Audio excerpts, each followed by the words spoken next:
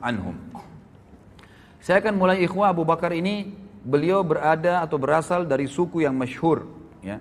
Suku beliau adalah suku Taim, ya, dari kabilah yang masyhur di Arab, termasuk suku yang banyak memimpin peperangan, suku-suku yang banyak orang-orang yang pintar di situ, orang-orang yang kaya, suku yang punya peradaban yang bagus. Kabilah Taim bin Murrah bin Ka'ab ini, ya, mereka juga dulu waktu di Mekah di zaman jahiliyah khusus mengurus masalah diat. Diat ini apa namanya, denda, ya, upeti yang harus dibayar kalau ada pelanggaran-pelanggaran. Maka semua orang Mekah kalau melanggar, membunuh orang misalnya atau melanggar satu peraturan di Mekah, mereka membayar ke sukunya Abu Bakar, ya, suku Taim ini, lalu mereka lah yang membayarkan kepada keluarga yang tertimpa musibah. Dan Abu Bakar ini adalah kepala suku Taim. Jadi memang dia bukan orang biasa ini. Kepala suku itu, suku Taim yang terkenal tadi. Nama Abu Bakar sebenarnya adalah Abdullah. Namanya adalah Abdullah. Ya, jadi ini Abu Bakar sebenarnya yang terkenal, ya. Makanya para ulama mengatakan secara histori, ya, walaupun itu bukan sebuah pegangan, semua 4 khulafaur rasyidin namanya dimulai dengan Ain, gitu kan. Jadi Abu Bakar namanya Abdullah, datang setelahnya Umar, datang setelahnya Utsman, datang setelahnya Ali, gitu kan. Jadi sebenarnya di masjid-masjid itu banyak yang ditulis, walaupun ditulis sebenarnya tidak boleh, ya. Tapi kalau orang tulis, semestinya ditulis namanya Abdullah. Nanti dalam kurung Abu Bakar, mestinya seperti itu. Sehingga orang tidak lupakan namanya yang sebenarnya. Namanya ada Abdullah bin Abi Kuhafah. Abi Kuhafah ini nama ayahnya, ya, nama ayahnya. Ya. Utsman bin Amir, Utsman ibn Amir. Dan saya mohon maaf, pernah saya sampaikan di salah satu pengajian saya, sudah diupload di YouTube. Saya keliru pada saat mengatakan, dan semoga Allah ampuni saya pada saat itu, ya. Saya sempat mengucapkan Abu Kuhafah tidak sempat masuk Islam, gitu kan. Padahal sebenarnya Abu Kuhafah sempat masuk Islam, dan ada riwayat sahih yang saya temukan bahwasanya Abu Kuhafah di akhir hidupnya di pembebasan kota Mekah sempat digendong oleh Abu Bakar, lalu Abu Bakar menuntunnya di depan Nabi SAW untuk syahadat, dan dia sempat Islam, ya, radhiyallahu anhum ajma'in. Dan ini memang karena saya kemarin kekurangan informasi, tapi insya Allah semoga Allah ampun. Dan ini bukan aib, ikhwah, ya. Perlu ambil pelajaran juga dalam majelis ilmu. Kalau seseorang itu salah, dia mengatakan maaf saya salah, saya keliru dan diperbaikin. Itu sebenarnya yang benar. Karena kalau kita biarkan hanya karena kesombongan, hanya karena ego, akhirnya kita bukan penuntut ilmu sebenarnya. Ya, orang semua bisa salah. Mengaku, oh ya saya salah, mohon maaf, saya keliru. Lalu lurus datang kepada jalan yang benar. Itu yang benar. Penuntut ilmu memang begitu. Jadi ada saatnya mereka bisa mengakui kesalahannya dan memang membenarkan kalau mereka benar menyampaikan hujah yang ada, gitu kan. Jadi Abu Kuhafah radhiyallahu anhu meninggal dalam keadaan Islam. Abu Kuhafah ini namanya adalah Utsman bin Amir. Utsman ibn Amir. Ini namanya ayahnya Abdullah atau Abu Bakar radhiyallahu anhum. Dan ibunya bernama Ummul Khair, julukannya, ya, Ummul Khair panggilannya, dan namanya adalah Salma binti Sakhar bin Amir. Salma binti Sakhar bin Amir, ya. Sebelum masuk Islam, Abu Bakar ini namanya adalah Abdul Ka'bah. Abdul Ka'bah, pernah dipanggil Abdul, jadi hambanya Ka'bah, gitu kan. Ini ada alasannya, gitu kan. Jadi pada saat ibunya, jadi ada dua, ada di sini ibunya pernah, ya, di suku ibunya itu pada saat Abu Bakar belum lahir, selalu kalau ada anak laki-laki pasti lahir dalam kondisi cacat, ya. Sebelum Abu Bakar lahir beberapa waktu ini, kalau ada yang lahir bayi-bayi pasti cacat atau memang dari hasil yang tidak sah, gitu kan. Atau kalau ada laki-laki lahir normal maka meninggal masih bayi. Maka ibunya bernazar, Ummul Khair bernazar, kalau seandainya Allah karuniai dia lahir anak laki-laki, dia akan menamakan Abdul Ka'bah, artinya dia akan abdikan kepada Ka'bah itu, ya, sebagai tanda, ya, pengabdiannya kepada Allah Subhanahu wa taala. Kemudian juga dia memiliki nama yang lain yaitu Atiq. Dan Atiq juga ini berselisih ulama tentang sebab dikatakannya Atiq. Tapi yang paling kuat ada yang mengatakan Atiq itu artinya sebenarnya muharrar, ya, muharrir, yang terbebaskan, gitu kan. Ada yang mengatakan tadi kisah ibunya itu yang sukunya tidak ada yang melahirkan anak laki-laki, lalu dia mengatakan kalau anak ini lahir normal selamat, saya akan bebaskan dan saya akan seperti diserahkan kepada Ka'bah. Ada yang mengatakan juga karena putihnya warna kulit beliau radhiyallahu anhu, maka dikatakan Atiq, terbebaskan dari warna hitam, gitu kan, kulitnya. Tapi yang paling kuat adalah pendapat yang menggunakan hadis yang sahih, di mana Nabi SAW memang pernah mengatakan kepada para sahabat pada saat sahabat lagi pada ngumpul, maka kata Nabi SAW, siapa yang ingin melihat orang yang terbebaskan dari api neraka, atikum minan nar, falyanzur ila hadzal rajul, maka dia lihat ke orang ini, ditunjuklah Abu Bakar. Semenjak itu kata Aisyah radhiyallahu anha dalam hadis Bukhari, Abu Bakar juga dipanggil dengan Atiq. Kalau Abu Bakar, Bakar ini bukan nama anaknya ya, bukan nama anaknya, tapi Bakar ini dari kata-kata bakkara yubakkiru, yang artinya awal-awal waktu, ya itu. Yang dari awal dikatakan Abu Bakar karena dia awal masuk Islam, orang termasuk yang awal masuk Islam. Jadi biasanya kan kalau dia punya anak maka dikatakan Abu Fulan ya, tapi ini bukan Bakar nama anaknya, tapi ini karena dia baru masuk Islam dan karena dia orang yang pertama dari kalangan laki-laki dewasa masuk Islam, maka dikatakan Abu Bakar. Ini sebab dinamakan Abu Bakar. Sementara dari sisi khalqiyah ya, sisi khalqiyah itu ciptaan fisiknya, disebutkan Abu Bakar ini orangnya kurus gitu kan, badannya kurus. Kemudian beliau memiliki kulit yang berwarna putih, serta beliau memiliki tinggi yang sedang ya. Aisyah memberikan gambaran urat-urat di tangannya terlihat ya, karena kurus badannya radhiyallahu anhu. Tapi kita akan lihat nanti bagaimana perannya, dan kita ambil dari kenapa kita sebutkan ciri fisiknya ini, agar kita lihat ternyata fisik bukan jadi tolok ukur. Bukan jadi tolok ukur dalam Islam. Bisa orang itu kecil, bisa orang itu cacat, bisa itu orang mungkin di mata manusia kecil, tapi di mata Allah Azza wa Jalla besar. Abdullah bin Mas'ud radhiyallahu anhu pernah naik di atas sebuah pohon kurma dalam hadis Bukhari, kemudian karena kurus sekali Abdullah bin Mas'ud itu. Jadi kurusnya itu antara tulang sama ototnya, sama yang tersirat dari dagingnya itu hampir sama, karena kecil sekali gitu kan. Waktu dia naik di atas pohon kurma, Abdullah bin Mas'ud, Anda selalu dengar hadisnya, diriwayatkan oleh Abdullah bin Mas'ud, sahabat yang mulia. Kita mungkin tidak tahu fisiknya, ternyata kurus sekali. Dia naik di atas sebuah pohon, ikhwas sekalian, kemudian ada angin menyingkap bajunya. Ya, sedikit kelihatan betisnya, maka para sahabat sempat tertawa spontan, bukan niat ingin mengolok ya, karena tiba-tiba lihat orang kok kurus sekali gitu. Mereka tertawa. Lalu Nabi SAW itu dari situ Nabi SAW mengatakan, apakah kalian tertawa dengan dua betisnya Ibnu Mas'ud? Demi zat yang ubun-ubunku dalam genggamannya, maksudnya demi Allah, dua betisnya Ibnu Mas'ud di timbangan hari kiamat lebih berat daripada gunung Uhud. Jadi bukan itu tolokan masalah fisik, walaupun fisik dalam Islam juga boleh dianjurkan untuk dijaga. Tapi kita lihat nanti di sini Allah SWT lebih menuju atau lebih tersasar kepada hati seseorang. Abu Bakar adalah seorang pedagang. Kalau keterampilan beliau adalah pedagang yang sangat mahir, dan beliau memang tinggal di sebuah lokasi ya di Mekah itu yang memang lokasi itu seperti umumnya sekarang ya, dia ada seperti komplek gitu ya. Di sekitar situ memang yang tinggal orang-orang kayanya Mekah, dan dia tinggal bertetangga dengan Khadijah radhiyallahu anhum ajma'in gitu kan. Dan para ulama sejarah hampir semua sepakat mengatakan persahabatan antara Nabi SAW dengan Abu Bakar justru setelah Nabi SAW menikah dengan Khadijah dan bertetangga dengan Abu Bakar. Disitulah Nabi SAW mengenal Abu Bakar, dan Abu Bakar mengenal Nabi SAW. Dan beliau juga termasuk ya orang yang paling mahir dan mengetahui tentang silsilah orang-orang Arab.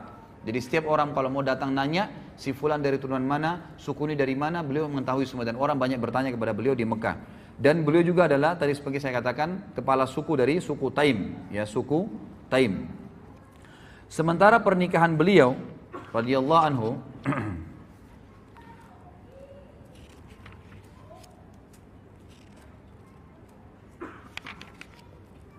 pernikahan Abu Bakar radhiyallahu anhu itu ada dua wanita yang dinikahi di masa jahiliyah dan ada dua yang dinikahi di dalam Islam, gitu kan? Tapi semuanya masuk Islam, termasuk yang dua dari Mekah. Yang pertama dinikahi oleh beliau adalah Qutailah binti Abdul Uzza, dan sempat melahirkan dua anak. Dari Qutailah ini lahir dua anak yang bernama Abdullah dan Asma. Abdullah bin Abi Bakar dan Asma binti Abi Bakar. Asma binti Abi Bakar ini yang nanti nikah dengan Zubair bin Awam, dan akhirnya punya anak Abdullah ibn Zubair yang dikenal dengan Dzatun Nitaqain, yang merobek bajunya ya, selendangnya kemudian dibuat untuk membungkus bekal untuk membawa makanan untuk Nabi SAW dan Abu Bakar ayahnya ke Gua Thur, gitu kan? Itu ada kisah sendiri tentunya. Tapi ini Asma, jadi dua anak dari istri yang pertamanya. Kemudian beliau menikah setelah itu ya dengan Ummu Rauman binti Amir bin Uwaimir. Ya. Ummu Rauman ini melahirkan juga dua anak, Abdurrahman dan Aisyah. Jadi ini dari istri keduanya Abu Bakar radhiyallahu anhu. Dan Aisyah ini tentu kita sudah tahu ya, masuk Islam dari awal, kemudian juga menikah dengan Nabi SAW. Tapi Abdurrahman punya kisah sendiri. Abdurrahman ini tidak langsung masuk Islam. Bahkan Abdurrahman sempat ikut bersama orang-orang Quraisy, gitu kan, di perang Badar. Di perang Badar. Dan pada saat dia masuk Islam setelah itu dia mengatakan pada ayahnya, wahai ayahku, waktu perang Badar saya tahu kau mencariku. Jadi ternyata Abu Bakar di perang Badar mencari anaknya. Anaknya yang pertama dia mau bunuh karena dalam keadaan kafir, gitu kan. Lalu saya berusaha menghindar darimu karena saya tidak mau berhadapan denganmu. Kata Abu Bakar, demi Allah, kalau kau berhadapan denganku, aku tidak akan berpaling, aku akan membunuhmu dalam keadaan kafir. Luar biasa. Jadi tidak ada anak pun kalau kafir ya kafir, nggak ada ceritanya, gitu kan? Itu luar biasa bagi radhiyallahu anhum. Kemudian setelah masuk Islam di Madinah, beliau menikah dengan Habibah binti Kharijah. Habibah binti Kharijah ini waktu Abu Bakar hijrah ke Madinah, itu Nabi SAW mempersaudarakan antara Muhajirin dan Ansar kan. Nah, Abu Bakar ini dipersaudarakan oleh Nabi SAW dengan Kharijah.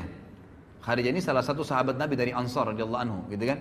Lalu ya Abu Bakar menikahi anaknya dia yang bernama Habibah. Dan Habibah ini memiliki anak satu dari Abu Bakar bernama Ummu Kalthum. Tapi Ummu Kalthum ini lahir pada saat Abu Bakar sudah meninggal dunia. Ya, jadi Habibah ini hidup bersama Abu Bakar sampai akhir masa khilafahnya. Kemudian istri yang dinikahi yang keempat adalah Asma binti Umais. Dan ini melahirkan anak satu bernama Muhammad.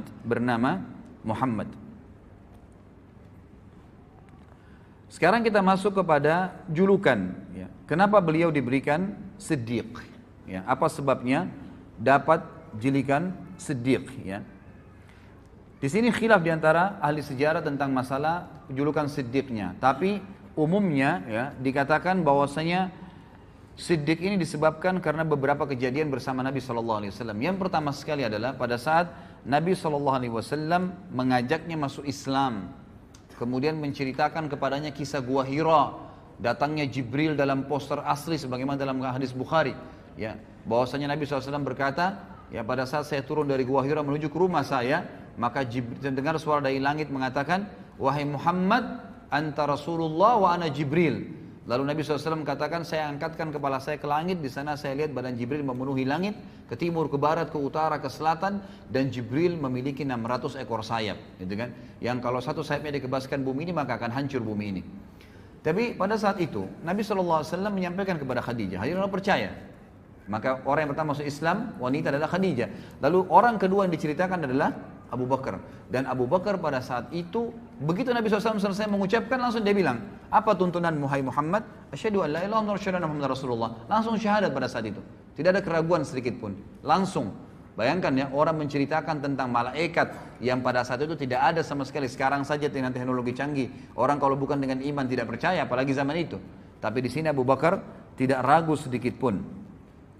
Dan ini adalah bukti yang sangat nyata, ya, kata para ulama tentang wajarnya beliau mendapatkan julukan Siddiq.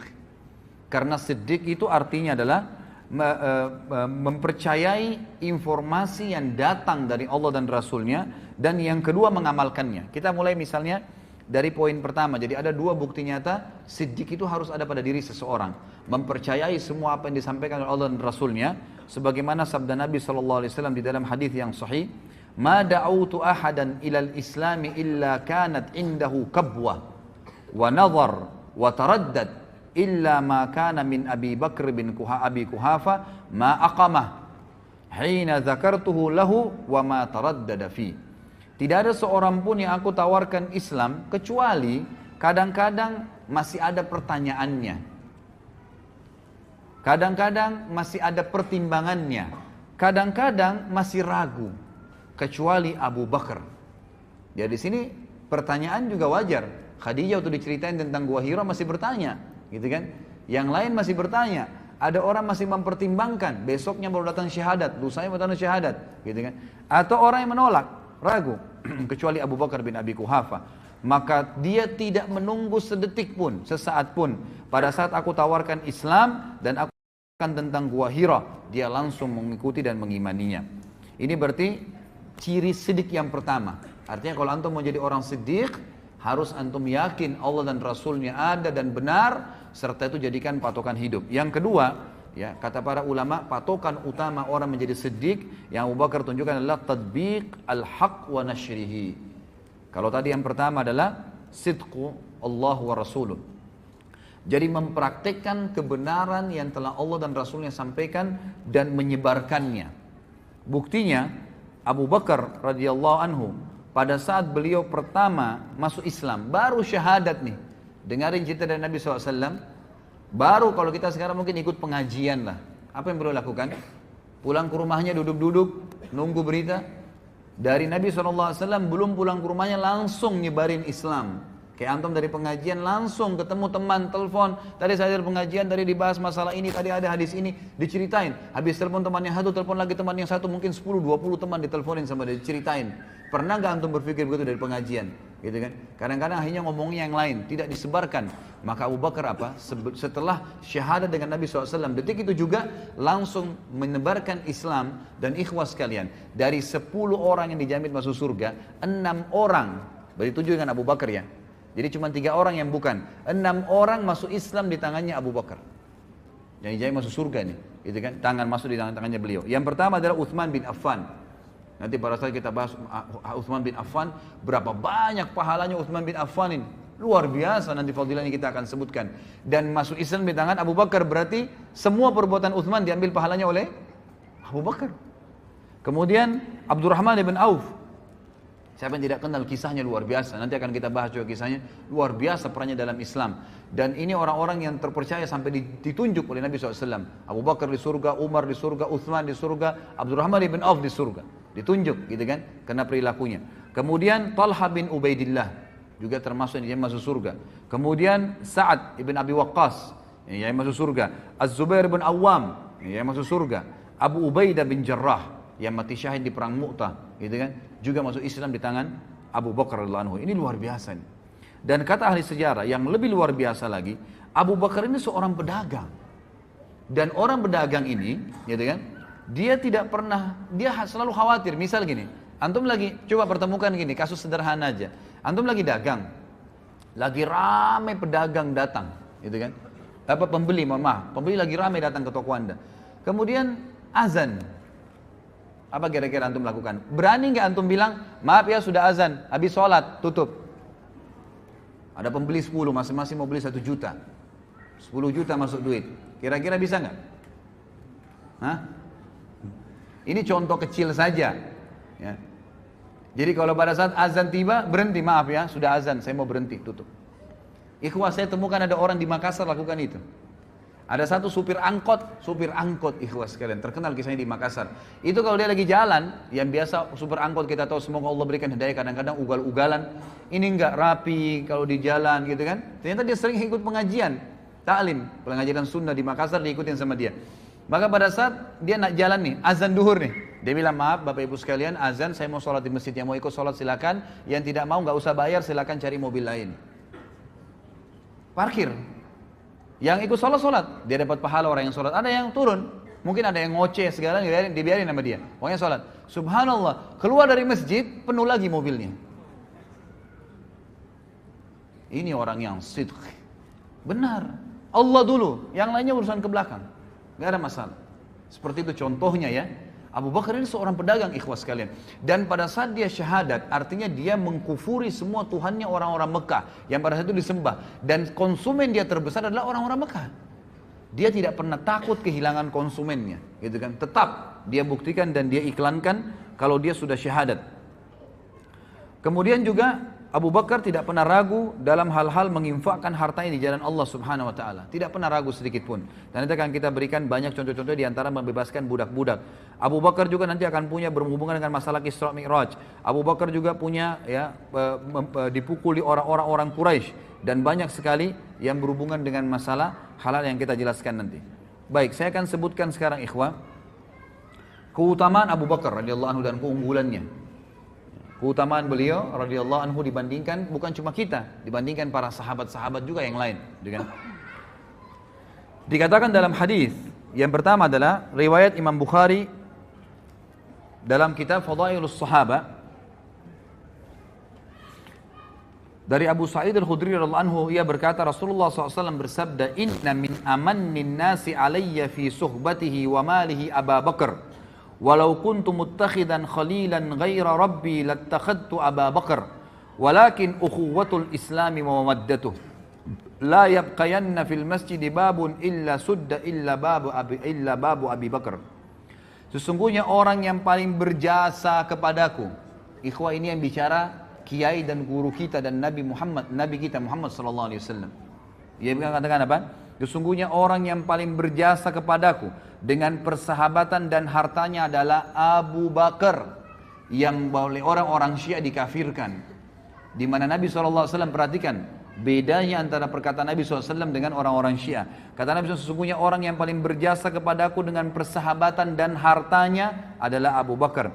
Seandainya aku boleh mengangkat seorang kekasih, aku boleh mencintai orang berlebihan, ya, selain Tuhanku, niscaya aku akan memilih Abu Bakar sebagai khalil, kekasih pilihanku. Akan tetapi yang dibolehkan dalam Islam adalah persaudaraan. Ini di halaman 118 ya, yang pegang bukunya. Dan kasih sayang tidak tersisa, tidak boleh. Ini akhir hadis ini disebutkan pada tahun ya 10 Hijriah. Setelah Nabi SAW pulang dari Haji Wada. Waktu itu ikhwah sekalian dan akhwat rahimakumullah, masjid Nabi SAW itu didempetin oleh rumah-rumah sahabat. Dan rumah-rumah sahabat ini begitu buka pintu langsung masjid Nabi. Kan gitu. Semua itu. Di tahun 10 Hijriah, Nabi SAW memerintahkan semua rumah sahabat dibongkar. Nggak boleh ada di situ. Kalau mau diwakafin buat masjid silakan. Kata Nabi SAW, semua pintu yang menuju ke masjid, rumah yang hadap masjid langsung dempet, semua harus dikosongkan. Kecuali rumahnya Abu Bakar. Abu Bakar saja yang boleh, yang lain tidak boleh. Dan ini kata ulama kelebihan tersendiri, gitu kan? Sampai sekarang antum bisa lihat di sebelah Babus Salam di Masjid Nabawi itu ada namanya Khawkha Abi Bakar. Khawkha ini artinya bekas rumahnya dulu, karena Abu Bakar radhiyallahu anhu. Ini hadis yang pertama, orang yang paling tulus, ya, dan paling disukai dan dicintai oleh Nabi sallallahu alaihi wasallam. Artinya orang yang dicintai oleh Nabi sallallahu alaihi wasallam berarti dia mencintai Nabi sallallahu alaihi wasallam. Orang yang membenci berarti membenci Nabi sallallahu alaihi wasallam. Hadis yang kedua, kata Nabi SAW di dalam hadis yang sahih riwayat Imam Ahmad dan Tirmidzi, "Arhamu ummati bi ummati Abu Bakar, wa ashadduhum fi amrillahi Umar, wa ashadduhum hayaan Uthman, wa aqdahum Ali." Umatku yang paling sayang kepada umatku itu sendiri adalah Abu Bakar.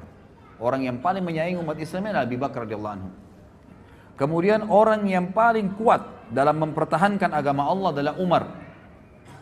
Dan orang yang paling memiliki rasa malu dari umatku adalah Uthman. Dan juga orang yang paling menguasai peradilan, yang paling adil dalam berhukum adalah Ali. Dan hadis ini sudah saya sebutkan tadi, hadis yang sahih, gitu kan. Kemudian juga disebutkan oleh Nabi SAW di dalam hadis yang diriwayatkan oleh Imam Ahmad, Tirmidzi, Ibnu Hibban dan disahihkan oleh Syekh Albani. Inna ahlad darajatil ula la yarawna min fawqahum kama tarawna al-kawkab ad-durri atau durriya fi ufuqis sama wa inna Abu Bakrin wa Umar minhum wa an'ama. Sesungguhnya penghuni derajat-derajat yang tinggi terlihat di atas mereka seperti kalian melihat bintang-bintang yang bersinar di langit. Artinya nanti derajat tinggi di surga itu seperti kita lihat bintang di malam hari terang, jauh sekali dan kita tidak tahu apa-apa di sana, cuma terang saja, benderang gitu. Lalu kata Nabi SAW, sesungguhnya Abu Bakar dan Umar termasuk mereka dan keduanya dalam kenikmatan. Artinya memiliki derajat tertinggi di surga. Juga dalam hadis yang lain, ya, kata Nabi SAW di dalam hadis yang diriwayatkan oleh Imam Tirmidzi dan disahihkan oleh Syekh Albani, kata Nabi SAW, "Ma li ahadin indana yadun illa waqad kafa'nahu ma khala Abu Bakar. Fa inna lahu indana yadan yukafi'uhu Allahu biha yaumal qiyamah wa ma nafa'ani malu ahadin qattun ma nafa'ani malu Abi Bakar walau kuntu muttakhidan khalilan lattakhadtu Abu Bakrin khalila wa inna sahibakum khalilullah." Tidak seorang pun yang mempunyai jasa baik kepada kami kecuali kami telah membalasnya kecuali Abu Bakar. Jadi semua sahabat Nabi SAW kalau diberikan sesuatu pasti Nabi balas langsung pada saat itu, diberikan balasan. Kecuali Abu Bakar, sesungguhnya dia mempunyai jasa yang mulia. Allah lah yang akan membalasnya pada hari kiamat. Aku tidak mengambil manfaat dari harta seseorang seperti aku mengambil manfaat dari harta Abu Bakar. Seandainya aku boleh mengangkat seorang khalil, kekasih, ya, niscaya aku menjadikan Abu Bakar sebagai khalil. Dan sesungguhnya sahabat kalian ini adalah khalilullah. Sesungguhnya sahabat kalian, maksudnya Nabi SAW ini, sesungguhnya saya, kata Nabi, adalah kekasihnya Allah Subhanahu wa ta'ala. Kemudian juga kata Nabi SAW di dalam hadis yang sahih diriwayatkan atau disebutkan oleh Syekh Albani dengan sanad yang sahih dari Jabir bin Abdullah radhiyallahu anhu bahwasanya Rasulullah SAW bersabda, Abu Bakar wa Umar min hadzal dini kamanzilatis sam'i wal basari minar ra's. Abu Bakar dan Umar dalam agama ini kedudukannya seperti pendengaran dan penglihatan bagi kepala. Abu Bakar dan Umar bagi umat ini kedudukannya seperti pendengaran dan penglihatan bagi umat ini. Kita bisa tahu ya, kita bisa bayangkan kalau pendengaran dan penglihatan, artinya Nabi SAW membahasakan, ini bahasa kiasan. Siapa yang mau penglihatannya benar, pendengarannya benar, ikuti Abu Bakar dan Umar. Selesai. Ya, itu maknanya. Kemudian juga Nabi SAW berkata dalam hadis Ibnu Mas'ud, ya, diriwayatkan oleh Imam Tirmidzi dan Ibnu Mas'ud, disahihkan oleh Syekh Albani. Ibnu Mas'ud berkata radhiyallahu anhu bahwasanya Rasulullah SAW bersabda, iktadu billadaini min ba'di min ashabi Abi Bakar wa Umar. Teladanilah dua orang setelah peninggalku nanti, ya, dari sahabatku, itulah Abu Bakar dan Umar. Jadi banyak sekali penyampaian dari Nabi SAW seperti ini. Kemudian juga hadis yang lain, Nabi SAW dalam hadis diriwayatkan oleh Imam Tirmidzi dalam Kitabul Manaqib dan Syekh Albani juga menyebutkan dalam sahihnya, dalam silsilah hadis sahihah, bahwasanya Ali radhiyallahu anhu, ya, berkata, suatu hari aku bersama Nabi, aku melihat Nabi SAW, ya, bahwa pada suatu hari Nabi SAW melihat ke arah Abu Bakar dan Umar dan aku sedang berada di sebelahnya. Ini halaman 121 ya. Maka beliau bersabda, hadani, Nabi SAW bersabda dan Ali mendengarkan. Ali ini yang selalu ditokohkan satu-satunya oleh orang-orang Syiah. Kalau ahli sunnah menokohkan Ali dan semua sahabat radhiyallahu anhum ajma'in, gitu kan. Tapi ini bantahan terhadap mereka. Kata, dalam hadis Tirmidzi dan hadis sahih, kata Nabi SAW, Ali mendengarkan, dan Ali radhiyallahu anhu meriwayatkan hadis ini, berkata, pada saat Nabi melihat Abu Bakar berkata, hadani sayyida kuhuli ahlil jannah minal awwalina wal akhirin illa nabiyyina wal mursalin la tukhbirhuma ya Ali. Dua orang ini adalah sayyid, hulu, orang-orang dewasa penduduk surga dari kalangan orang-orang terdahulu dan orang-orang yang akan datang kemudian, kecuali para nabi-nabi dan rasul. Artinya setelah nabi dan rasul, dari pengikut semua nabi-nabi sebelum Muhammad SAW, sahabat-sahabatnya Nabi Nuh, Nabi Lut, Nabi Isa, Nabi Musa, semua sahabat-sahabat mereka itu semua masih di bawahnya Abu Bakar dan Umar. Karena ini adalah di surga ya, sebagai pemimpin seluruh penduduk surga dari kalangan orang terdahulu dan orang yang akan datang, kecuali para nabi-nabi dan rasul. Jangan katakan hal tersebut, hai Ali, kepada mereka berdua. Jadi Nabi SAW mengatakan kepada Ali agar tidak menyampaikan kepada Abu Bakar dan Umar. Allahu alam hikmahnya apa, tapi yang jelas seperti itu.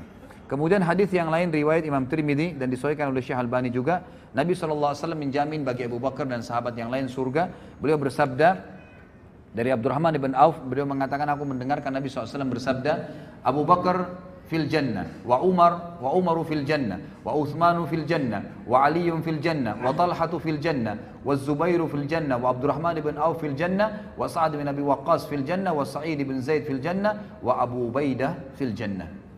Abu Bakar di surga, Umar di surga, Uthman di surga, ini jaminan semua ya.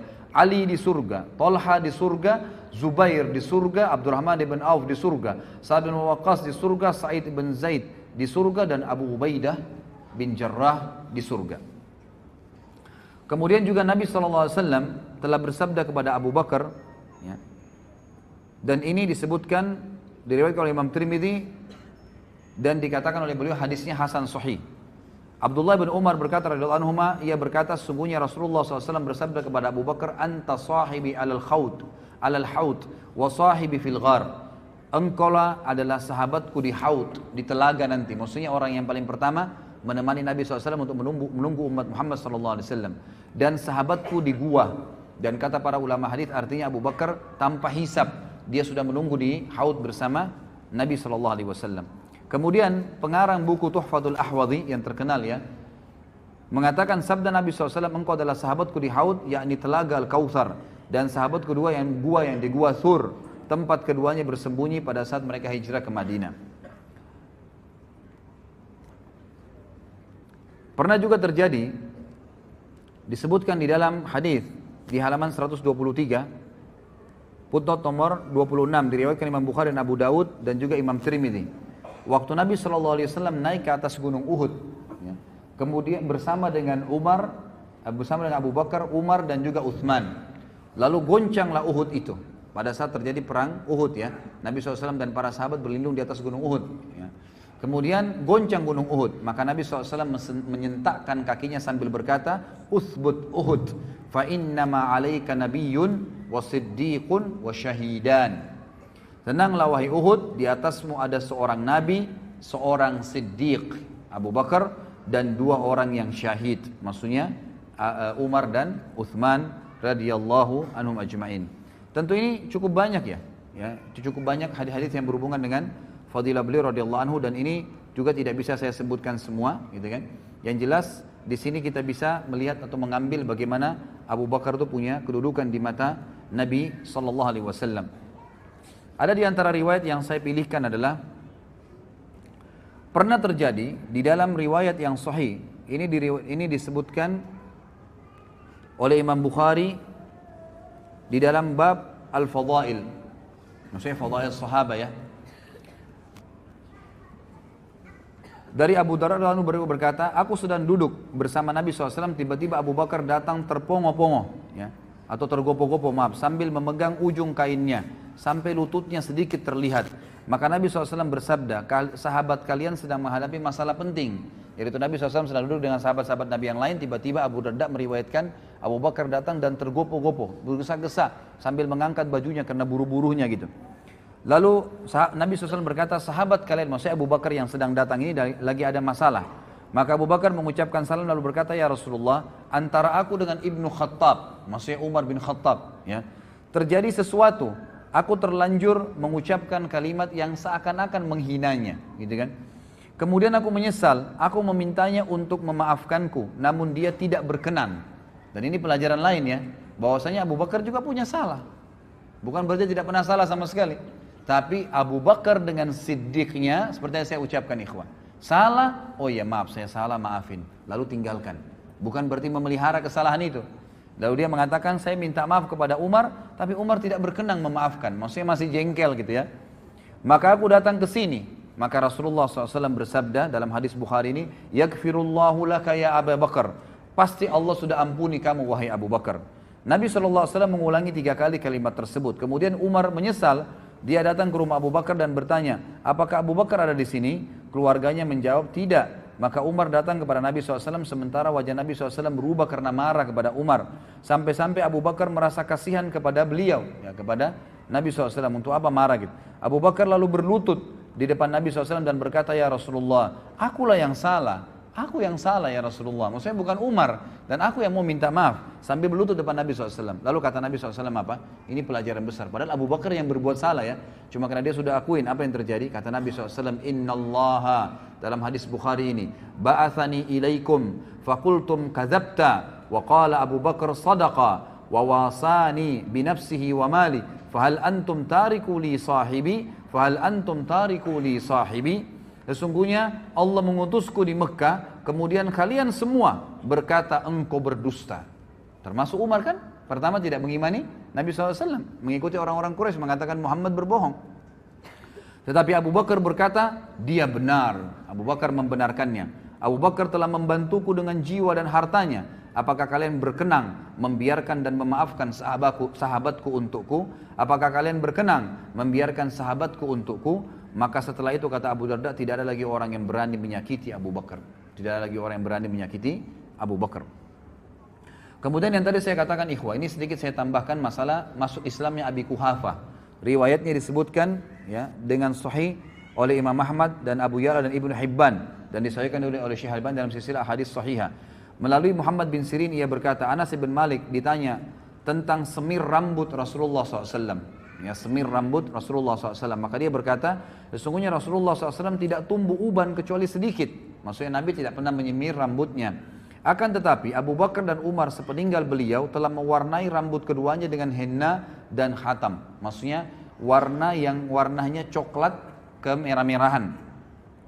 Anas berkata, Abu Bakar membawa ayahnya Abu Kuhafa kepada Rasulullah SAW pada hari pembebasan kota Mekah. Abu Bakar menggendongnya hingga dia meletakkannya di depan Rasulullah SAW. Maka Rasulullah SAW berkata kepada Abu Bakar, seandainya engkau membiarkan orang tuamu di rumah, niscaya kami akan datang kepadanya. Maksudnya Nabi SAW bilang kepada Abu Bakar, gak usah kamu repot-repot gendong ayahmu, kamu panggil saya akan datang Abu Bakar, gitu kan? Biarin dalam rumah, di rumahnya.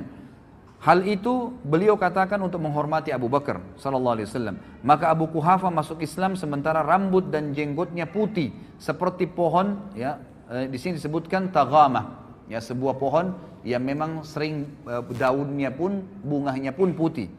Maka Rasulullah SAW bersabda, ubahlah keduanya, tetapi jangan dengan warna hitam. Jadi hadis ini sebenarnya menyebutkan tentang masalah bolehnya mewarnai selain putih ke warna selain hitam. Boleh merah, boleh warna yang lain yang kira-kira tidak menyolok, tapi yang dipakai bukan Umar adalah henna. Henna ini warna coklat kemerah-merahan. Allahu alam, ini yang dibolehkan. Tapi di sini juga pelajaran besar, ternyata Abu Kuhafa telah masuk Islam, dan di sini juga perannya Abu Bakar dalam bersegera, ya, menyelamatkan kedua orang tuanya. Jadi ikhwah dan akhwat yang orang tuanya masih dalam keadaan kufur, jangan tunda, terus dakwain, terus doain, dan berusaha sampai Abu Bakar menggendong ayahnya yang sudah tua di hadapan Nabi SAW untuk syahadat. Kemudian juga Abu Bakar adalah orang yang paling dicintai, sebagaimana Amr bin As disebutkan dalam hadis riwayat Muslim dan Tirmidzi. Amr bin As ini sahabat Nabi yang terkenal sekali. Ya, pakaiannya selalu bersih, tampan orangnya, selalu wibawa. Orang kalau lihat suka sekali Amr bin As, gitu kan? Dia yang ditunjuk oleh Umar bin Khattab menjadi membebaskan Mesir, Afrika, dan menjadi gubernur di Mesir, gitu. Amr bin As ini, saking setiap ketemu dengan Nabi SAW, ikhwah, selalu Nabi ajak ngomong, selalu ngobrol. Jadi Amr bin As ini mengira dialah orang yang paling dicintai. Dan ini termasuk bahasan dalam akhlak Nabi SAW. Nabi selalu bermuamalah dengan orang, siapapun sama semua, gitu, sama semua. Sampai orang itu mengira dia orang yang paling dicintai. Amr bin As dengan bangga berkata, ya Rasulullah, aku ingin bertanya pada anda, depan sahabat-sahabat yang lain nih. Dia pikir karena selama ini muamalahnya Nabi khusus gitu sama dia. Lalu dia bilang, siapa orang yang paling anda cintai ya Rasulullah? Kata Nabi SAW, Aisyah, ya, istrinya. Lalu kata sahabat, kata Amr bin As, bukan ya Rasulullah, laki-laki maksud saya, gitu kan. Langsung kata Nabi SAW, ayahnya, maksudnya Abu Bakar. Jadi di sini Amr bin As sempat terkagetkan, dia pikir dialah selama ini orang yang paling dicintai oleh Nabi SAW.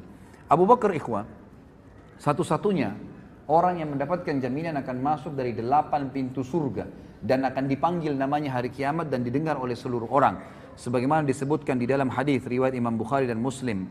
Kata Nabi SAW dari Abu Hurairah anhu, man anfaqa zawjaini min syai'in minal asya'i fi sabilillah du'iya min abwabil jannah ya Abdullah hadza khair faman kana min ahli salati du'iya min babis salah wa man kana min ahli jihadi du'iya min babil jihad wa man kana min ahli sadaqah du'iya min babis sadaqah wa man kana min ahli siyami du'iya min babis siyam wa babir rayyan, ya.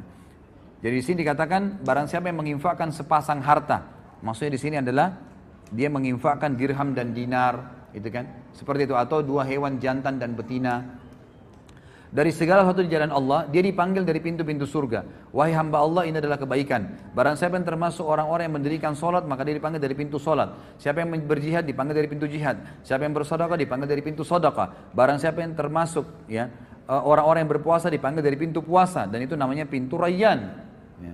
Artinya gini ikhwan, semua pintu itu nanti sesuai dengan amal-amal ibadahnya orang. Ada orang yang punya di setiap pintu istana, dia bisa datangin kapan saja kalau dia mengerjakan jenis-jenis ibadah ini. Kata Abu Bakar, ya Rasulullah, adakah orang yang dipanggil dari semua pintu itu, semua dia bisa dapat di surga? Enggak ada pintu yang tidak dipanggil, gitu kan? Maka kata Nabi SAW, ya, dan aku berharap engkaulah orangnya. Engkaulah orangnya. Jadi ini pernyataan yang jelas, ya, bagaimana Abu Bakar radhiyallahu anhu ditunjuk oleh Nabi SAW termasuk orang yang dipanggil dari 8 pintu tersebut.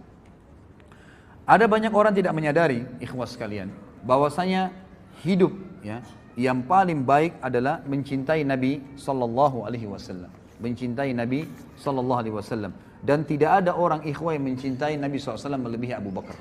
Tidak ada orang yang mencintai melebihi Abu Bakar. Ada kisah ikhwah panjang sekali, saya ringkaskan begini. pada saat Abu Bakar, ya, pada saat Nabi SAW sedang tawaf, dan hadis ini disebutkan oleh Ibnu Hajar dalam Bidayah wan Nihayah, dan rawi-rawinya semua thiqat, dan Al-Haythami juga menyebutkan dalam Majma', dan juga rawi-rawinya semua dikatakan oleh Bazzar thiqat, dan Bazzar menukil riwayat ini sepanjang, selengkapnya semua, dan ini hadis sahih.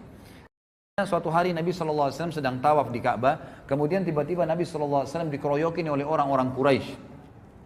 Pada saat dikeroyokin oleh orang-orang Quraisy, gitu kan, maka ada yang menarik baju Nabi SAW, ada yang mendorong Nabi SAW, ada yang berusaha memukul Nabi SAW, dikeroyokin, gitu kan. Dan tidak ada satu orang pun yang berani untuk membela Nabi SAW waktu itu. Sampai datangnya Abu Bakar, ya. Abu Bakar kebetulan waktu itu dikatakan adalah kepala suku Taim. Datang kemudian mendobrak orang-orang Quraisy tersebut, dan Ali berkata, pada saat itu kami semua menyaksikan, ya, tidak ada seorang pun di antara kami yang berani membela Nabi SAW karena banyaknya orang-orang Quraisy yang mengurumuni Nabi SAW. Sampai datangnya Abu Bakar, lalu Abu Bakar memindahkan mereka satu persatu, mendorong dan memukuli satu sama yang lain sambil berkata, ya, apakah kalian mau membunuh seseorang yang mengatakan Tuhanku Allah? Lalu datanglah orang-orang Quraisy mengurumuni Abu Bakar sampai datangnya seseorang yang bernama Utbah bin Rabi'ah. Yani Utbah bin Rabi'ah nanti yang mati di perang Badar, terbunuh di tangan Hamzah radhiyallahu anhu. Ya. Maka Utbah bin Rabi'ah pun memegang Abu Bakar lalu menghantamkan sendal yang terisikan dengan double karet yang keras ke wajah Abu Bakar dan menjatuhkan Abu Bakar ke tanah, lalu duduk di atas dadanya dan terus memukuli Abu Bakar sampai tidak bisa dibedakan antara hidung dan wajah Abu Bakar karena banyaknya darah yang mengalir, dan akhirnya Abu Bakar pun terpinsankan. Lalu datanglah suku Taim membela Abu Bakar sampai-sampai mereka memikul Abu Bakar, ya, dengan dengan kain, sehelai kain, dan mereka membawa ke rumahnya. Dan waktu itu Ummul Khair, ya, ibunya Abu Bakar masih ada. Dan Ummu Khair pun ini duduk sambil menyangka Abu Bakar anaknya sudah meninggal dunia. Mereka terus berusaha memanggilnya, menyadarkannya, membersihkan luka-lukanya sampai sore hari. Pada saat sore hari ternyata Abu Bakar masih bangun dan ternyata dia cuma pingsan. Kalimat yang paling pertama diucapkan oleh Abu Bakar pada saat bangun, bagaimana keadaan Rasulullah Muhammad SAW dalam kondisi sakit keras, gitu kan? Lalu orang-orang sukunya yang kafir-kafir, yang memang tadinya memang membela karena kesukuan, mengatakan tinggalkan saja dia. Bukannya dia peduli dirinya, malah dia peduli dengan temannya, gitu kan? Maka Abu Bakar pun tetap mengucapkan kalimat bagaimana keadaan Rasulullah kepada ibunya. Kata Ummul Khair, waktu itu belum masuk Islam, ya. Dia mengatakan, saya tidak tahu tentang keadaan temanmu. Kata Abu Bakar, coba tanya kepada Ummu Jamil bint Khattab. Ini salah satu muslimah, sahabiat, gitu kan. Coba tanyakan kepada Ummu Jamil. Ini yang pegang buku di halaman 130, 131 ya kisahnya. 130 sampai 131. Jadi ini saya ringkaskan. Sekarang saya sedang bahas 131 di paragraf pertama. Pergilah kepada Ummu Jamil binti Khattab, tanya kepadanya. Ummu Jamil ini kebetulan seorang sahabiat yang sudah masuk Islam, gitu kan. Lalu datanglah Ummu Jamil kepada Abu Bakar, lalu berkata, Abu Bakar mengatakan, bagaimana keadaannya Rasulullah SAW? Kata Ummu Jamil, ada ibumu, Ummul Khair. Kata Abu Bakar, tidak ada masalah, sampaikan saja. Maka Ummu Jamil mengatakan, dia dalam keadaan baik. Maka Abu Bakar pun mengatakan, Alhamdulillah. Ya. Kemudian Abu Bakar pada saat sudah bisa bangun sedikit saja, beliau disuruhkan makan oleh Ummul Khair, ibunya. Beliau mengatakan, demi Allah saya tidak akan makan sampai saya mengetahui tentang keadaan Rasulullah Sallallahu Alaihi Wasallam, sampai saya bertemu dengan beliau. Maka Ummul Khair pun ibunya dan Ummu Jamil meminta Abu Bakar agar bersabar dulu sampai orang-orang selesai bubar semua, ya, karena ini keadaan tadi tegang, dikeroyokin, ya, orang berkelahi pada saat itu. Setelah itu keduanya memikul Abu Bakar sampai di depan Nabi SAW, dan pada saat tiba di sana Rasulullah SAW pun mencium Abu Bakar, ya, mencium Abu Bakar, dan kaum muslimin menyaksikan masalah tersebut. Lalu Rasulullah SAW sangat terharu melihat keadaannya, hidungnya sudah hancur, gitu kan, penuh dengan darah semua, dan tidak bisa ngomong pun, tergagak-gagak ngomongnya. Lalu berkata, ya, Abu Bakar, tidak ada apa-apa ya Rasulullah, aku tidak apa-apa demi ibu dan ayahku tebusannya. Maksudnya biasa orang-orang Arab mengatakan begitu, maksudnya Anda lebih berni daripada ibu dan ayah saya. Itu bukan sumpah, ya, tapi perkataan santun diucapkan. tebusannya ayah dan ibuku ya Rasulullah, aku tidak apa-apa. Terus Abu Bakar mengatakan sambil menangis, dan Rasulullah SAW mengecup kepala Abu Bakar. Ya, dan lalu Nabi SAW mendoakan Abu Bakar dengan doa yang baik, ya, doa yang baik. Lalu Abu Bakar sempat pada saat itu mengatakan, ya Rasulullah, ini ibu saya, Ummul Khair, orangnya baik, orangnya santun, ajaklah dia masuk Islam dan doakanlah. Maka Nabi SAW pun akhirnya ya mengajak masuk Islam, dan masuk Islamlah Ummul Khair pada saat itu. Masuk Islam ibu Abu Bakar, jadi ibu dan ayahnya masuk Islam. Tapi di sini diangkat oleh penulis buku, judulnya khusus tentang bagaimana cintanya Abu Bakar kepada Nabi SAW, dengan bukti dalam keadaan sakit pun tidak mau makan, tidak mau minum, ya dalam kondisi berdarah semuanya, tetap dia membela Nabi SAW dan mendahulukan melihat beliau, memastikan keadaannya baru beliau mau makan dan minum. Kemudian juga ada di sini disebutkan ada perilaku Abu Bakar yang kata beliau tidak bisa digambarkan lagi dengan kata-kata. Disebutkan oleh Ali radhiyallahu anhu,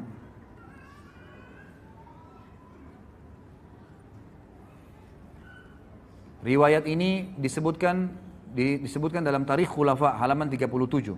Athar ya, sebuah athar yang sahih.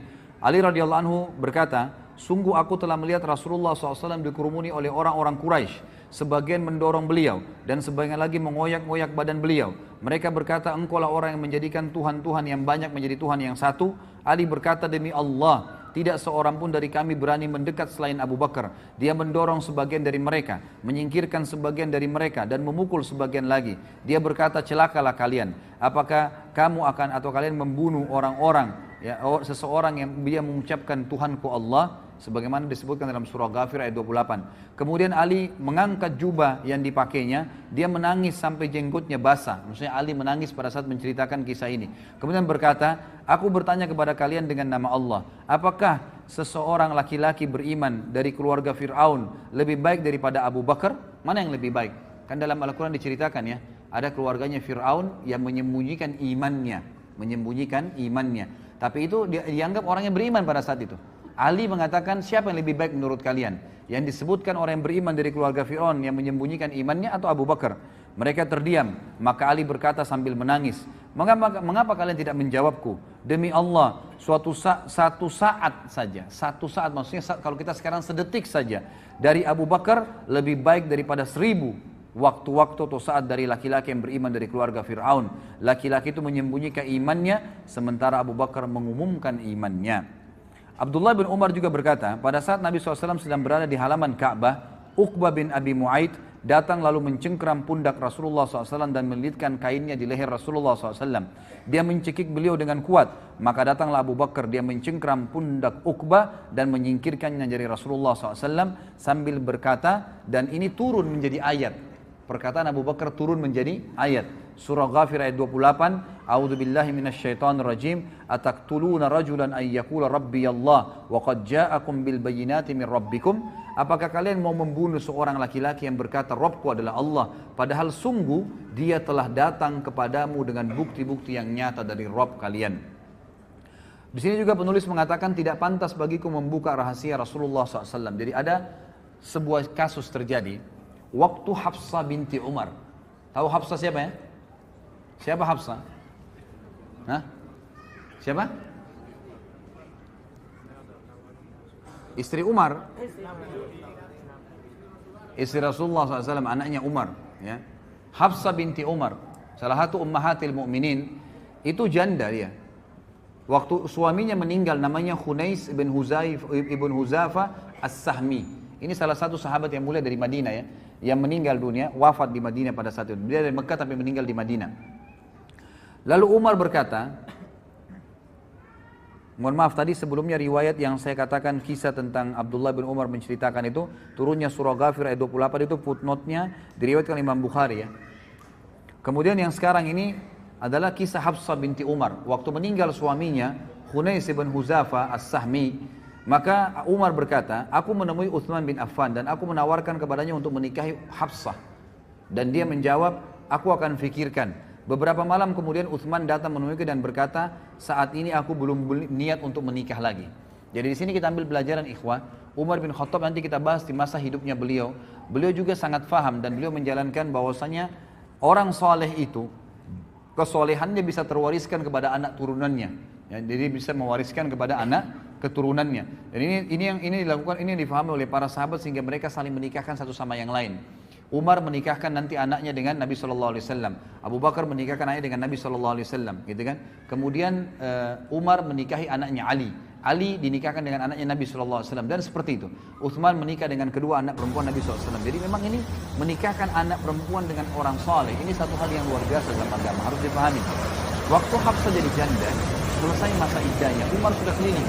Dan Umar bukan datang kepada anak-anak muda. Waktu itu Hafsah kata ahli sejarah masih muda. Umurnya masih ya mungkin 20-an tahun, 22 tahun, masih muda. Umar bin Khattab bukan cari anak-anak bujang, anak-anak muda dari sahabat. Didatangi Utsman bin Affan yang waktu itu sudah punya istri, gitu kan? Dan sudah punya anak. Dan memang dia sudah berumur, tapi datangi. Kenapa? Karena kesolehannya Utsman. Dan Utsman menolak waktu itu, mengatakan saya tidak punya hajat. Lalu Umar pun berkata, aku mendatangi Abu Bakar As-Siddiq. Lalu aku berkata, jika engkau berkenan, aku akan menikahkan kamu dengan Hafsah. Dan ini juga riwayat ini menjelaskan riwayat ini hadis sahih ya. Ini diriwayatkan, ini disebutkan di dalam Sahih Bukhari ya. Imam Bukhari dilihat di footnote nomor 41 ayat halaman 134 ya. Di sini ulama mengatakan bukan aib seorang ayah menawarkan anak perempuannya kepada orang saleh, gitu kan? Itu bukan aib. Sebagaimana bukan aib juga seorang muslimah, mukminah menawarkan dirinya kepada orang yang mukmin, tapi dengan cara-cara syar'i. Sebagaimana wanita mukmin yang menawarkan dirinya kepada Nabi Sallallahu Alaihi Wasallam. Karena memang mengejar iman itu satu poin yang penting ya, satu poin yang penting. Jadi itu boleh kita kejar. Jangan terbalik. Kita sekarang mengejar orang-orang malah yang rusak. Ya, mohon maaf yang tiap hari telanjang, tiap hari dipegang oleh laki-laki, itu yang dikejar oleh laki-laki kita sekarang. Dianggap karena ini cantik, ini segalanya dan seterusnya. Seakan-akan orang mukmin tidak ada yang cantik. Ini keliru. Ya kan gitu. Ini pemahaman yang keliru. Dari sini kita bisa lihat bagaimana boleh seorang mengejar iman dari orang yang lain. Maka Abu Bakar pun kata Umar terdiam. Dan aku ya lebih baik menerima perkataan jawaban dari Abu Bakar daripada Abu Bakar diam. Maka saya pun merasa tersinggung Umar waktu itu. Kenapa kok diam? Minimal seperti Utsman mengatakan saya nggak bisa misalnya gitu kan. Tapi dia diam. Lalu beberapa malam kemudian ternyata datanglah lamaran Nabi SAW kepada Hafsah. Lalu Umar pun menikahkannya. Di hari pernikahan Nabi SAW dengan Hafsah, Abu Bakar baru berkata kepada Umar begini. Apakah kamu tahu, wahai Umar, bukankah kau sudah tawarkan Hafsah kepada saya? Kata Umar, benar. Apakah kamu tahu kenapa saya diam? Kata Umar, tidak. Kata Abu Bakar apa? Yang menghalangiku untuk memberikan jawaban kepadamu atas permintaanmu itu adalah karena aku mengetahui bahwasanya Rasulullah SAW telah menyebut nama Hafsah. Tidak pantas bagiku membuka rahasia Rasulullah SAW. Seandainya Rasulullah SAW tidak berkenan, niscaya aku yang akan menerima tawaranmu. Jadi di sini jelas Abu Bakar radhiyallahu anhu bukan tidak mau menikahi Hafsah, tapi tidak mau mendahului Nabi SAW karena Nabi sempat menyebutkan namanya Hafsah pada saat meninggal. Nabi tidak bilang saya akan nikahi Hafsah, tidak. Cuma mengatakan Hafsah kesihan, meninggal suaminya. Maka Nabi SAW, maka Abu Bakar tidak mau mendahului Nabi SAW. Kalau Nabi tidak nikahi, barulah dia nikahi. Kita lihat kemudian bab yang lain ikhwah sekalian adalah infak Abu Bakar di jalan Allah Subhanahu Wa Taala. Mungkin mohon maaf kalau ikhwah tidak keberatan dan akhwat, kalau seandainya azan duhur nanti, ya, dan anda tidak buru-buru kita lanjutkan setelah sholat duhur ya, karena memang ini masih ada beberapa poin-poin. Kalau ada yang punya hajat mendesak tidak ada masalah meninggalkan tempat, tapi kalau enggak saya berharap kita tuntaskan materinya. Kita masuk ke poin yang lain adalah infak Abu Bakar di jalan Allah Subhanahu Wa Taala. Infak Abu Bakar di jalan Allah Subhanahu Wa Taala disebutkan dalam hadis ya, diriwayatkan oleh Imam Bukhari, disebutkan oleh Tabarani dalam Kitabul Al-Kabir dari Ibnu Abbas dan dihasankan oleh Syekh Albani. Kata Nabi SAW, ma ahadun a'zamu indi yadan min Abi Bakar wasani binafsihi wa mali wa angkahani ibnatah. Tidak ada seorang pun yang lebih besar jasanya kepadaku daripada Abu Bakar. Dia telah membantuku dengan jiwa dan hartanya, tambah lagi dia menikahkanku dengan putrinya. Maksudnya Aisyah radhiyallahu anha. Tentu Umar bin Khattab tadi menunggu Nabi SAW yang melamar. Tapi ini enggak, Nabi SAW yang dinikahkan oleh Abu Bakar dengan anaknya Aisyah. Kemudian dikatakan juga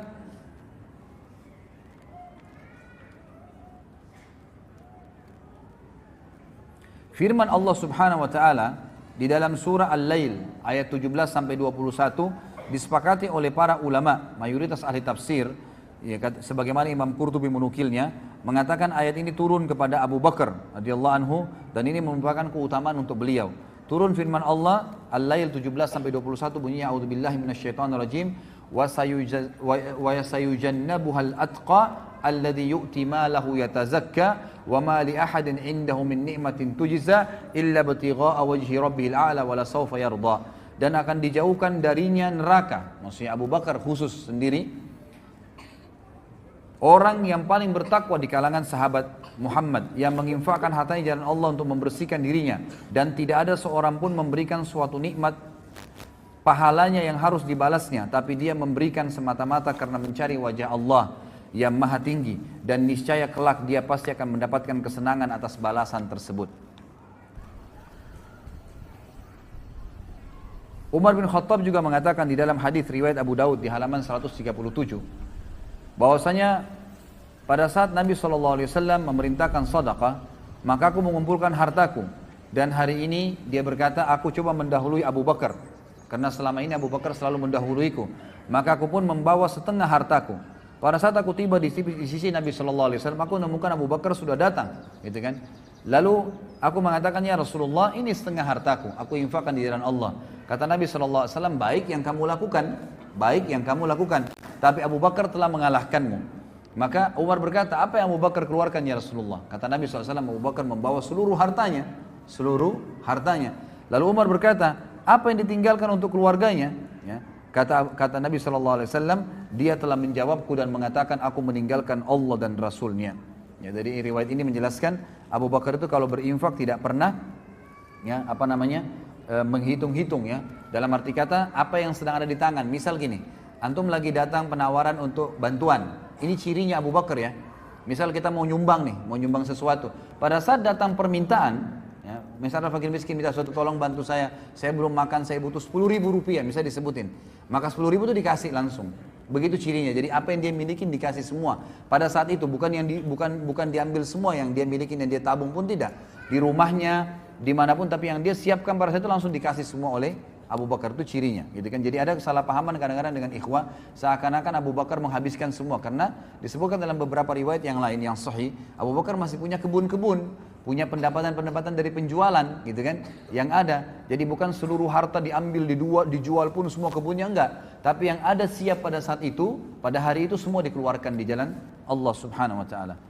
Abu Bakar juga dinafikan oleh Nabi SAW dari beliau, ya, kesombongan, dan dipastikan beliau tidak sombong dalam hidupnya. Sebagaimana kita sudah jelas hadis ya yang sahih, dan hadis ini diriwayatkan Imam Bukhari. Abdullah bin Umar berkata radhiyallahu anhu bahwasanya Rasulullah SAW bersabda, "Man jarra thawbahu khuyala lam yandurillahu ilaihi yaumal qiyamah." Siapa yang menjulurkan pakaiannya karena sombong, niscaya Allah tidak akan melihat kepadanya pada hari kiamat. Lalu Abu Bakar berkata, "Wahai Rasulullah, kadang-kadang saya kalau lagi sholat ya, atau saya lagi jalan, maka baju saya melorot, sarung saya ya, pakaian bawah saya melorot karena kurusnya beliau radhiyallahu anhu." Maka Nabi SAW mengatakan, memastikan, innaka lasta tasna'u dzalika khuyala. Sesungguhnya engkau tidak termasuk orang yang melakukan karena kesombongan. Jadi dalil ini memang sahih riwayat Bukhari, tapi banyak orang salah faham ikhwah dan akhwat sekalian. Mereka mengatakan tidak ada, ini menandakan orang kalau isbal, celananya atau pakainya di bawah mata kaki, nggak apa-apa, yang penting tidak sombong. Ini salah pemahamannya. Dan ini sudah kita jelaskan di dosa-dosa besar. Anda bisa lihat di YouTube dosa besar saya lupa berapa, tapi yang jelas membahas tentang masalah isbal. Jadi ada hadis yang melarang, ya, mengatakan semua yang di bawah mata kaki adalah di api neraka, itu umum, sombong atau tidak. Dan juga ada hadis yang mengatakan 3 orang yang paling berat sisanya hari kiamat adalah termasuk orang yang musbil, gitu kan? Ini tidak disebutkan karena sombong. Kalau sombong, maka double dosanya. Selain masuk neraka, juga Allah akan murka kepadanya. Allah akan murka kepadanya sebagaimana dijelaskan dalam hadis Bukhari. Jadi hadis ini tidak boleh dijadikan hujah bahwasanya tidak apa-apa orang isbal, yang penting tidak sombong. Keliru, gitu kan? Ini keliru, dan ini ada panjang lebar sudah saya jelaskan, bisa dilihat di YouTube. Abu Bakar radhiyallahu anhu selalu di depan dalam mengerjakan kebajikan ikhwah. Tidak pernah menunda. Jadi pada saat ada kesempatan apapun, orang lagi minta, kadang-kadang syaitan bisikin kita itu masih kuat, itu anak pinjaman, itu begini, minimal kita nggak infak. Pokoknya siapapun yang minta kasih dulu pada saat itu, kecuali ahli maksiat kita tidak berikan bantuan. Di dalam hadis yang sahih disebutkan perilaku Abu Bakar yang sangat mulia. Diriwayat Imam Bukhari, diriwayatkan Imam Bukhari, kata Nabi SAW, saya langsung baca terjemahannya saja karena melihat waktu. Siapa di antara kalian yang berpuasa pada hari ini? Jadi selesai ya. Pada saat itu sebagian ulama mengatakan sholat subuh, ya, pada saat sholat subuh. Bayangkan ya, selesai sholat subuh ini terjadi, gitu kan. Kata Nabi SAW, siapa yang berpuasa pada hari ini? Abu Bakar berkata, saya. Nabi SAW bertanya, siapa ya di antara kalian yang mengantar jenazah hari ini? Abu Bakar menjawab, saya. Jadi ternyata Abu Bakar sebelum ke masjid ada jenazah yang dimakamkan sahabat dan dia menghadirinya.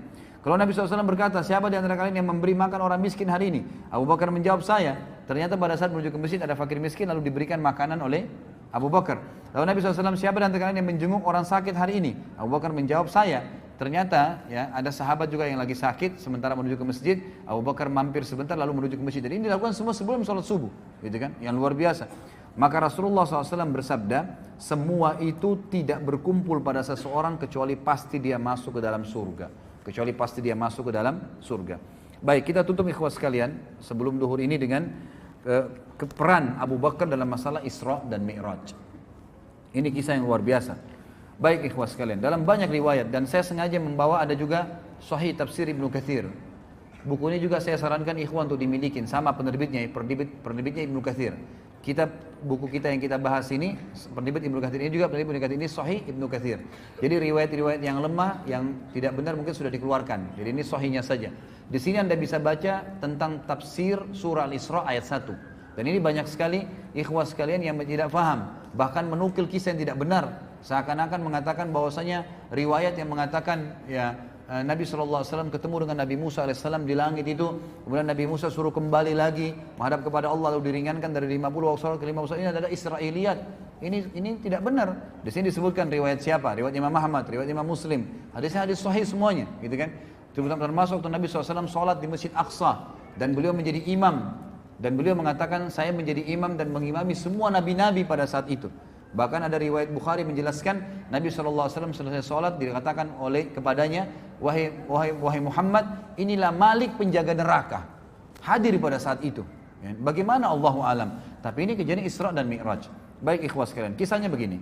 Waktu Nabi SAW pulang dari Isra dan Mi'raj, beliau mengatakan, aku sempat duduk di depan Ka'bah, diikuti dengan perasaan ya masih ya terbawa dengan kejadian yang tadi malam, kejadian yang luar biasa nih. Maka yang terjadi ikhwas sekalian, kata Nabi SAW, lewat dari hadapan saya Abu Jahal. Lalu Abu Jahal berkata, wahai Muhammad, ada apa dengan kamu? Kamu seperti orang yang bingung. Kata Nabi SAW, tadi malam datang, saya telah diperjalankan ke Palestina. Ya, saya telah diperjalankan semalam. Kata Abu Jahal, kemana? Kata Nabi SAW, ke Palestina. Gitu kan? Lalu Nabi SAW ceritain, datang kepada saya Jibril membawa borak itu adalah kuda yang berwarna putih dan bersayap, dimanapun matanya mandangin sebuah tempat, kakinya sudah tiba di sana. Lalu kemudian saya tiba di Palestina, lalu kemudian saya masuk dan saya mengikat tali kekangan kuda borak tadi dan saya masuk ke dalam. Kemudian pada saat saya masuk ke dalam, gitu kan, kemudian saya temukan pada saat itu semua nabi-nabi berkumpul. Lalu kemudian saya masuk dan menjadi imam, mensolati mereka. Saya melihat Ibrahim, dan Ibrahim paling mirip seperti saudara kalian ini, maksudnya seperti beliau sallallahu alaihi wasallam. Dan saya melihat ya, Isa yang rambutnya basah seakan-akan baru keluar dari kamar mandi.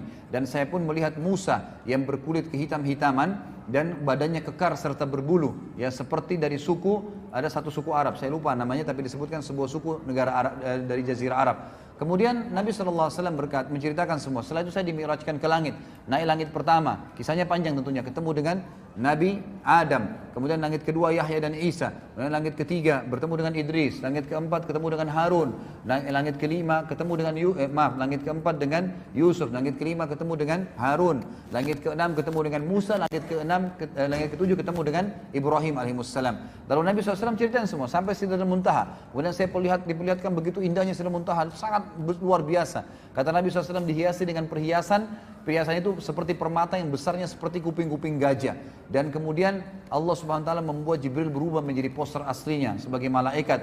Kemudian Allah Subhanahu wa taala ya mendatangkan ya sesuatu ke Sidratul Muntaha yang membuat semuanya menjadi terlihat indah dan tidak bisa digambarkan dengan mata. Lalu kemudian saya melihat ya cahaya yang sangat terang di mana terdengar suara Allah Subhanahu wa taala yang mengatakan, Allah Azza wa Jalla berkata kepadaku, wahai Muhammad, perintahkanlah umatmu mengerjakan 50 waktu sholat.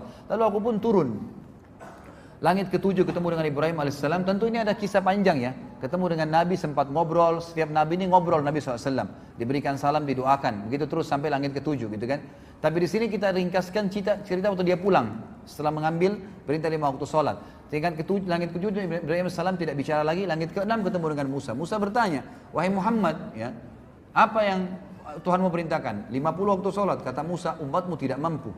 Saya sudah praktekin pada Bani Israel lebih kuat daripada umatmu tapi tidak bisa, gitu kan? Kembalilah minta. Nabi SAW mengatakan, saya terus kembali diringankan 5 sampai tertinggal 5 waktu sholat, dan Musa masih mengatakan berat. Lalu saya berkata, saya sudah malu dengan Tuhanku, maka saya tidak akan kembali lagi. Maka Allah SWT berfirman mengatakan, wahai Muhammad, dia 5 waktu sholat dan akan diberikan pahala 10 kali lipat, gitu kan?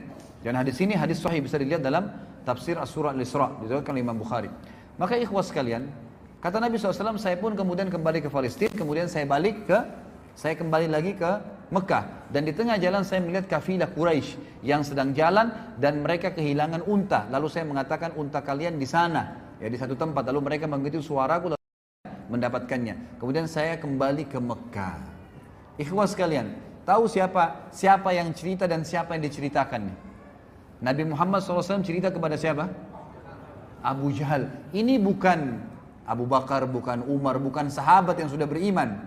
Kisah tentang Isra Mi'raj yang tadi itu ringkasnya. Mungkin masih 10 kali lipat lebih panjang dari apa yang saya sampaikan tadi. Yang panjang lebar tentang keadaan alam barzah dan seterusnya. Tapi ringkas cerita ikhwan. Abu Jahal langsung mengatakan, wahai Muhammad, kau mau ceritain gak orang Mekah kalau saya panggil mereka? Kata Nabi SAW, tentu saja. Ya, pertama kali Abu Jahal mau memanggil masyarakat Mekah mendengar dakwah Nabi SAW. Apa tujuannya? Tujuannya ternyata mengatakan, ya, kata para ahli sejarah, dia ingin mempermalukan Nabi SAW. Dan dia bilang, ini cerita bohong. Dari mana ini? Ada kuda bersayap bisa terbang, Palestina perjalanan sebulan bolak-balik. Mana bisa, nggak mungkin. Lalu Abu Jahal pun mengatakan kepada orang-orang Mekah, dalam beberapa athar dikatakan naik sebuah gunung namanya Gunung Abi Kubais, tempat mengiklankan informasi di Mekah. Kemudian dia naik dan di sebelahnya ada Nabi SAW. Orang-orang Mekah kalau lihat orang naik di Gunung Abi Kubais, semuanya pada ngumpul dan semuanya tahu ada informasi penting. Dan mereka tambah kaget karena di atas Gunung Abi Kubais ada Abu Jahal, raja mereka orang-orang kafir di Mekah, dan ada Muhammad SAW. Nabi Muhammad SAW adalah orang yang terpercaya di Mekah, tokoh Quraisy, dan belum pernah dua-duanya ini bersatu sama-sama di tempat akan disampaikan informasi. Orang-orang kafir Mekah berkumpul karena Abu Jahal, para sahabat kumpul karena Nabi SAW. Apa yang terjadi ikhwan? Abu Jahal mengatakan, silakan Abu Bakar, silakan Rasulullah, silakan Muhammad, sampaikan. Nabi SAW ceritain Isra Mi'raj, kejadiannya begini, semua panjang lebar sampai selesai. Apa yang terjadi ikhwan? Orang-orang kafir dari orang Mekah tambah kafir. Ini gila nih, gak mungkin. Gimana caranya? Perjalanan Mekah Palestina sebulan ditempuh dalam satu malam pulang pergi? Gak mungkin. Itu satu bulan itu pergi ya, pulang pergi berarti 2 bulan. Itu tidak mungkin. Bagaimana caranya bisa gak mungkin? Ini gila, gak mungkin. Lalu sahabat-sahabat pun yang sudah beriman, itu mereka bimbang. Tapi ini Nabi, gak mungkin salah. Abu Jahal turun dari gunung Abi Kubais sambil ketawa mengatakan apa ikhwan? Ya. Sekarang agamanya Muhammad sudah habis. Sampai ke Darun Nadwa dia bilang kepada orang Quraisy, berita gembira wahai Quraisy, agamanya Muhammad sudah habis. Kata mereka, kenapa? Tuh lihat Muhammad di bawah gunung Abi Kubais dikerumunin orang. Dia berbuat cerita bohong. Ceritanya begini. Abu Jahal tidak sadar dengan hikmah Allah menceritakan Isra Mi'raj. Begini. Muhammad ceritain semua. Tinggal satu orang, kata Abu Jahal. Kalau satu orang ini kalian bisa rusak keyakinannya, maka agamanya Muhammad habis. Cari Abu Bakar. Abu Bakar waktu itu lagi di kebun kurmanya di luar kota Mekah. Maka datang mereka semua. Termasuk ada beberapa sahabat Nabi yang waktu lihat Abu Jahal jalan rame-rame dan mendengar pembicaraan itu ikut. Mau dengar juga. Abu Bakar bilang apa nih? Orang lagi pada bimbang pada saat itu. Informasi yang tidak ada teknologi bisa sampai begitu luar biasanya gitu. Maka sampailah pada saat itu di depan kebun di depan kebun Abu Bakar. Abu Jahal bilang begini, wahai Abu Bakar, keluarlah. Abu Bakar keluar, lihat orang-orang pada ngumpul. Dan pertama kali orang-orang kafir Quraisy dengan tokoh-tokohnya semua berjalan dengan sahabat-sahabat. Tidak pernah terjadi. Langsung kata Abu Bakar, ada apa Abu Jahal? Abu Jahal bilang, temanmu Muhammad sudah gila. Masa dia cerita begini, cerita tentang Isra Mi'raj. Sedangkan dia ke Palestina saja perjalanan sebulan ditempuh semalam, tidak masuk di akal saya. Apalagi dia sholat bersama Nabi-Nabi, apalagi dia naik ke langit, ketemu Tuhannya, itu lebih saya nggak percaya. Apa kata Abu Bakar? Ada 2 riwayat. Riwayat yang sahih sebenarnya menyebutkan begini. Wahai Quraisy, kalau Muhammad ucapkan itu, pastikan jawaban dari saya, dia pasti benar. Nggak mungkin salah, gitu kan? Baik, sebentar kita azannya. Dia pasti benar. Lalu kemudian ya berkata dalam riwayat yang lain, ya riwayat Bukhari juga kata Abu Bakar, kalau aku, hai Quraisy, kalau Muhammad ucapkan dia pasti benar. Dan ditambah lagi dengan perkataan, dia telah mengucapkan kepada saya hal-hal yang dia katakan datang dari langit, turun dari langit. Saya sudah yakini, apalagi kalau cuma sekedar dia naik, sama saja. Turun dengan naik sama saja, apa bedanya? Kalau dia turun dari langit saya percaya, apalagi kalau naik, gitu kan? Tapi ada sebuah athar yang luar biasa, ikhwan. Apa kata Abu Bakar? Wahai Quraisy, kalau di depan mata saya ada sebuah tembok warnanya putih terang, dan Abu Bakar mengatakan, tidak wahai Muhammad, tidak wahai Abu Bakar, itu hitam, maka saya akan bohongkan mata saya dan saya katakan, oh iya, mata saya yang salah, hitam. Apa yang terjadi, ikhwah? Abu Jahal teredam kekufurannya pada saat itu. Gak bisa buat apa-apa. Ternyata Abu Bakar yang dia ingin rusak keyakinannya sudah mengatakan, kalau depan mata saya tembok putih terang, mata saya lihat putih. Muhammad bilang, enggak Abu Bakar, itu hitam. Oh iya, saya yang salah, hitam. Gitu. Jadi matanya pun dibohongkan. Ini luar biasa keyakinannya, gitu kan? Luar biasa kejujuran dengan Nabi SAW. Lalu Abu Bakar tahu ini ada masalah. Dia berkata kepada para sahabat, di mana Rasulullah SAW? Oh, Rasulullah di bawah gunung Abi Kubais, dikerumunin orang. Abu Bakar segera datang, dari jauh teriak, ya Rasulullah, ya Rasulullah, sengaja teriak-teriak gitu. Orang-orang pada balik semua. Seperti di masjid ini kalau ada yang panggil saya dari belakang, pasti antum bilang, loh ini ada yang panggil, kita balik semua. Siapa orang itu? Jadi Abu Bakar sengaja, dan orang-orang dengar nih. Pada saat Abu Bakar sambil jalan mendekati Nabi SAW, beliau mengatakan, Abu Jahal telah cerita kepada saya. Lalu Abu Bakar menceritakan Isra Mi'raj lengkap. Jadi makin nyebar beritanya. Terus sampai depan Nabi SAW, lalu kata Abu Bakar apa? Benarkah ya Rasulullah? Kata Nabi SAW dengan jelas, benar wahai Abu Bakar. Abu Bakar mengucapkan ikhwan dan akhwat kalimat yang kata ulama dengan kalimat ini Islam sampai kepada kita. Kalau dia tidak ucapkan, kita tidak kenal Islam sekarang. Dia bilang apa? Anda pasti benar. Depannya orang semua, nggak mungkin salah, pasti benar. Semua kekufuran jadi redam pada saat itu. Sahabat-sahabat yang sudah reda keyakinannya jadi kuat imannya. Lalu apa yang terjadi? Abu Bakar kuatkan lagi, sempurnakan, mengatakan apa?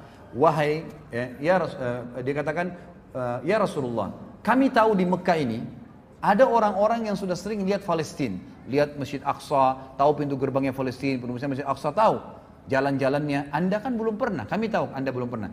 Karena kami datangkan orang-orang Quraisy, yang pernah tahu ke sana, termasuk Abu Bakar sendiri pernah ke Palestina, tahu kan itu. Ya Rasulullah, ceritakan buat kami. Lalu Abu Bakar sempat berkata kepada mereka, wahai Quraisy, Muhammad akan ceritakan tentang Palestina dan Masjid Aqsa. Kalau dia ucapkan seperti yang kalian tahu, berarti kalian harus meyakininya. Tapi kalau dia mengucapkan tidak seperti itu, maka kalian boleh membohonginya. Lalu Nabi SAW ceritain, kata Nabi SAW dalam hadis Bukhari, dibukakan oleh Allah Masjid Aqsa di hadapan mataku. Lalu aku ceritakan pintu gerbangnya, warnanya, jumlah tiang-tiangnya, jumlah jendelanya. Sampai mereka mengatakan, Muhammad benar, Muhammad benar, Muhammad benar. Nggak ada salahnya, semua diucapkan. Lalu Nabi SAW tutup, dan kita tutup dengan kisah ini ikhwah. Nabi SAW mengatakan, wahai Quraisy, untuk meyakinkan lagi, kalau kalian ingin yakin tentang benar kejadian tersebut, sungguh waktu saya balik dari Mekah ke Palestina, ada kafilah kalian, ada beberapa ekor unta dan ada fulan, nama-nama orang Quraisy, dan mereka sempat kehilangan unta di tengah jalan. Saya sempat bilang unta kalian di lembah sana, mereka ke sana, mereka temukan unta tersebut, dan unta yang paling depan warna putih, di lehernya ada kain merah. 2 hari lagi sampai di Mekah. Orang-orang Quraisy 2 hari kemudian, ikhwah sekalian, ini penutupan kisah, mereka semua yang beriman dan kafir berkumpul di sebuah pintu namanya pintu Bani Syaibah, pintu gerbangnya Mekah. Situ mereka kumpul, dan ternyata betul sebelum duhur tiba, sebelum waktu duhur, sebelum teriknya matahari, datang kafilah tersebut, dan seperti yang Nabi SAW ceritakan, jumlah untahnya dan orang-orangnya serta unta paling depan warna putih, di lehernya ada kain merah. Lalu berkatalah orang-orang Quraisy, wahai kafilah, kalian dari mana? Mereka bilang kami dari Palestina.